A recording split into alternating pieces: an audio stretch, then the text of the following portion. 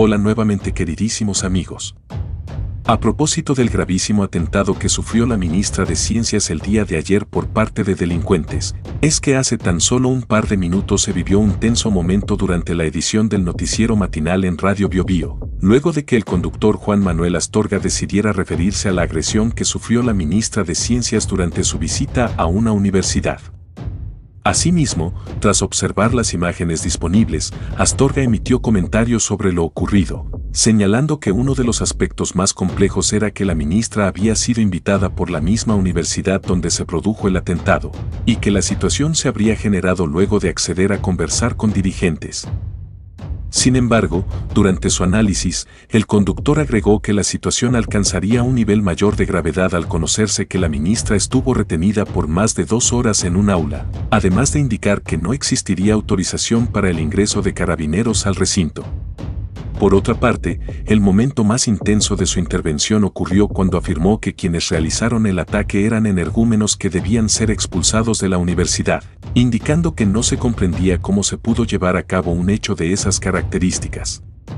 Veamos a continuación el momento. La ministra de Ciencias, Jimena Linconao, había sido invitada a la ceremonia de inauguración del año académico de la Universidad Austral en Valdivia. Llegó como invitada, insisto, por la propia casa de estudio. Se sentó en la testera, escuchó los discursos protocolares y cuando quiso salir del aula magna se encontró con un grupo de estudiantes movilizados que le impidió el paso. Se tuvo que refugiar cerca de 2 horas dentro de un aula hasta que pudo ser escoltada fuera del recinto. Mismo grupo de estudiantes que la insultó, la empujó, le tiró agua, la humilló y además habían muchos estudiantes grabando con celulares, también habían cámaras de televisión que grabaron las escenas y que después mostraron las imágenes circulando por todo el país. La ministra todo esto no tenía custodia permanente porque su perfil de riesgo era bajo, como corresponde más bien a una cartera técnica, y finalmente tuvo que ser escoltada por funcionarios de la PDI, sacada del recinto en un vehículo de la Directemar, de la Armada. Y como si lo anterior no fuese suficiente, el diario La Tercera dice que las autoridades universitarias negaron inicialmente el acceso de carabineros al campus, alegando la autonomía universitaria. Desde la oposición, el repudio, no voy a decir que fue transversal, porque no tengo el detalle de que todos los partidos políticos de oposición hayan sacado un comunicado o dirigentes hayan hecho referencia a lo que allí ocurrió, pero sí hubo una condena bastante, digamos, mayoritaria, ¿no? Incluyendo, por supuesto, el propio Congreso, presidencia o la mesa del Senado, etcétera, etcétera. Pero hubo un matiz que vale la pena mirar y con bastante atención. La Federación de Estudiantes de la Universidad, que sacó un comunicado ayer, el que condenaba la agresión, sí, pero a continuación escribió una frase en la que uno se tiene que detener un momento. Dice que condenar el ataque no significa, cito textual, una pérdida del valor del fondo de la manifestación. De nuevo, condenar el ataque no significa una pérdida del valor del fondo de la manifestación. Y dice que las expresiones de descontento son legítimas, que son inherentes a la vida en sociedad y que el clima de conflictividad social lo genera el propio gobierno con su indolencia y falta de gobernabilidad. Traducido, condenamos la violencia, pero entendemos por qué pasó. Condenamos la violencia, pero el contexto la explica. Condenamos la violencia, pero quien empuja a alguien a violentar en el fondo es el gobierno. Eso es lo que básicamente dice este comunicado, ¿no? Esa construcción retórica tiene un nombre, se llama la relativización, siempre tan peligrosa. Es exactamente la misma operación discursiva que escuchamos por lo demás el 2019, cuando frente a cada saqueo, cada incendio, aparecía alguien explicándonos que los 30 pesos no eran los 30 pesos, que eran los 30 años y que por lo tanto había que entender el fondo, que había una violencia sistémica por parte del Estado en contra del ciudadano, entonces cómo no querían que el ciudadano reaccionara de forma violenta. Entonces, claro, condenamos los episodios de violencia, pero en el fondo, al darle contexto, lo camuflan, lo disimulan, en el fondo relativizándolo para justificarlo en la práctica. Y no hay contexto que justifique encerrar a una persona o en la práctica mantenerla imposibilitada de poder retirarse casi 3 horas contra su voluntad. No hay fondo que legitime empujar, no hay fondo que legitime humillar o amedrentar a una mujer que llegó invitada además a un acto académico. No hay indolencia gubernamental, ni alza del costo de la vida, ni cuestionamiento legítimo a las políticas públicas que justifique o convierta la agresión física contra una autoridad, o contra una persona, podría no ser autoridad también, en una forma de expresión democrática. es que francamente no. El descontento se canaliza con manifestaciones pacíficas, se puede canalizar con marchas, con cartas, con paros, con votos, con columnas de opinión, con demandas judiciales, con videos en YouTube, con expresiones en redes sociales, con lo que quiera, pero no con agredir y retener a una autoridad. Esa línea es la que separa una democracia funcional de una sociedad donde las diferencias se resuelven a empujones, y esa línea no se puede cruzar con un pero. Porque cuando alguien dice condenamos la violencia, pero automáticamente la relativiza. Y hay otra dimensión, déjeme agregar también otra dimensión de este episodio que creo que hay que poner también sobre la mesa, porque quienes encerraron, empujaron, humillaron, agredieron en el fondo a Jimena Lincolao, agredieron a una mujer. Y lo hicieron en nombre de un discurso que, al menos en apariencia, además es un discurso que, entre otras cosas, engloba la defensa a las mujeres, que se supone que las protege de la violencia, que las reivindica en sus espacios públicos.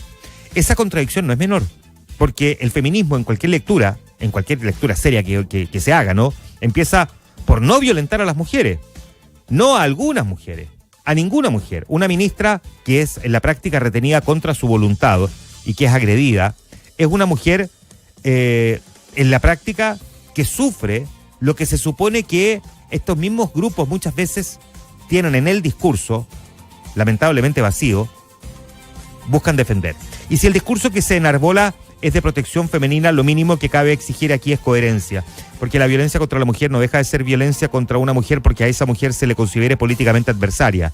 Esa es una distinción que conviene recordar. Y cada vez que pasa la pregunta siempre es la misma, si estamos condenando la violencia o después la vamos a salir a explicar. Y el 2019 vimos a muchos salir a explicarla. No dijeron que había que entenderla, no era lo mismo que la ejerza el débil a que la ejerza el Estado, que el contexto de alguna manera lo explicaba, que condenar sin matices era ser insensible al dolor social. Toda esa relativización le costó muy caro a Chile. Horadó la institucionalidad, debilitó las bases más elementales de la convivencia, permitió que durante meses conviviéramos con la idea de que había una violencia legítima y otra que era ilegítima, una violencia nuestra y la otra, la de ellos, ¿no? Y el resultado de ese relato, 7 años después, es un país que quedó muy polarizado, más violento, más cansado, más desconfiado. Y no se puede repetir ese error. Y le agrego un elemento adicional, que me lo guardo para el final. Ayer, quienes salieron a manifestarse y agredir a una autoridad, no solo a una mujer, en el escenario de un espacio que se supone es para la deliberación y jamás para la violencia, agredieron también a una mujer mapuche. Es que los niveles de contradicción de lo que ayer ocurrió son brutales, prácticamente angustiantes, ¿no? Con además una declaración de los estudiantes que en el fondo solo agrava la falta. Como dice el refrán, no aclares que oscurece. Y con una falta de explicación por parte de la universidad respecto de si además impidió el acceso a Carabineros, lo que los convierte en la práctica en cómplices. La violencia no tiene contexto. La violencia se condena, se persigue y se sanciona. Punto. Quienes agredieron ayer a Jimena Lincolao durante 3 horas no estaban ejerciendo un derecho democrático, estaban pisoteando el derecho democrático de otros. Y quien relativice eso con la mejor de las intenciones está colaborando con el mismo proceso que puso al país al borde del abismo. Cuando el Colegio de Profesores no condena la agresión a sus propios pares por parte de estudiantes, porque de alguna manera intenta darle un contexto a la realidad del por qué los estudiantes se manifiestan, se convierten en cómplices. Y así podría seguir con los ejemplos. La diferencia entre una sociedad que conversa y una que se golpea nunca va a estar en el contexto. Está en la voluntad colectiva de decir, sin ningún tipo de peros, que la violencia nunca es una opción. 7:19. Tal como se puede apreciar en el registro, no hay absolutamente ninguna duda de que quienes perpetraron el ataque contra la ministra no son más que energúmenos que deben enfrentar una condena transversal, ya que, pese a autodenominarse estudiantes, actuaron como cobardes delincuentes al agredir a una autoridad en un espacio universitario. Asimismo, resulta relevante considerar que se trata de la primera ministra mapuche en la historia del país, lo que añade un elemento adicional a la gravedad del hecho descrito, en la medida que la agresión no solo se dirige a su cargo, sino también a su condición personal.